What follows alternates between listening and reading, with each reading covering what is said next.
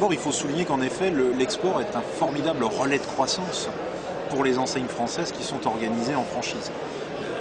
Il y a beaucoup de marchés qui connaissent de très fortes croissances.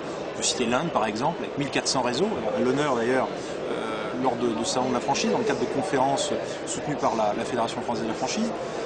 Donc, il faut que les franchiseurs qui ont déjà bien maillé le territoire français songent, pour trouver des relais de croissance, à aller à l'international. Trop souvent, ils n'en profitent pas pleinement, faute de savoir comment aborder un marché international et comment ils peuvent s'exporter. Donc, Gouache Avocat, qui est un cabinet dédié au conseil à l'accompagnement des enseignes organisées en franchise, les aide à s'exporter. Pour cela, il y a une démarche normée. Tout d'abord, l'enseigne doit avoir conscience de la nécessité d'adapter son concept. Il faut donc un test. Soit l'enseigne, elle-même, pilote les adaptations nécessaires, soit cela se fait dans le cadre d'un contrat de franchise pilote à l'étranger ou de master franchise ou un autre contrat de distribution. Mais très clairement, il doit y avoir une acclimatation. C'est absolument indispensable. Ensuite, il faut mettre en place une organisation adaptée à l'international. Par exemple, en termes de logistique ou en termes d'animation. On ne pourra pas très clairement gérer l'international comme on gère le marché national de ces points de vue. Il faut donc l'anticiper et y réfléchir, pour savoir comment l'enseigne doit le traiter. Deuxièmement, l'enseigne doit connaître les modalités possibles d'implantation sur un marché étranger. Il ne doit pas y avoir de monoculture ou d'approche préétablie. Il n'y a pas que la master franchise. On peut d'abord aller sur un marché dans le cadre d'un bureau de liaison qui ne va faire qu'étudier ce marché, remonter de l'information, justement en vue de l'acclimatation du concept. On peut décider d'y aller en succursale ou en filiale.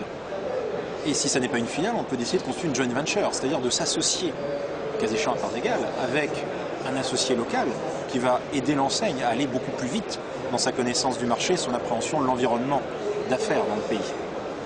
On peut également conclure divers contrats de distribution.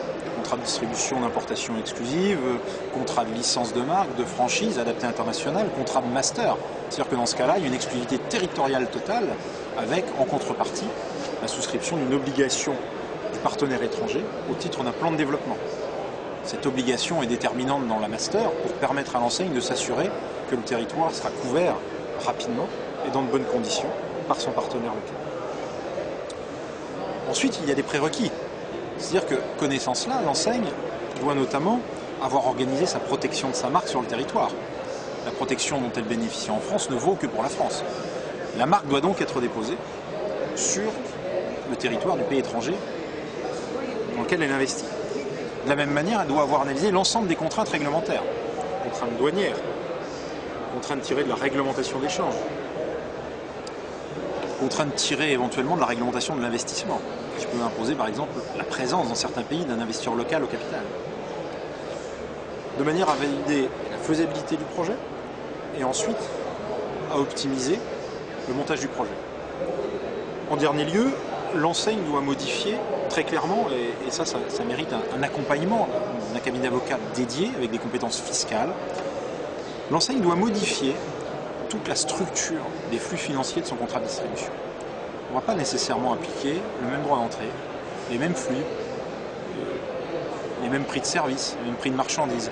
Pourquoi? Eh bien parce que la plupart du temps, il y a une convention internationale qui va venir frapper de manière différente, à des taux différents, tel ou tel flux du contrat de franchise.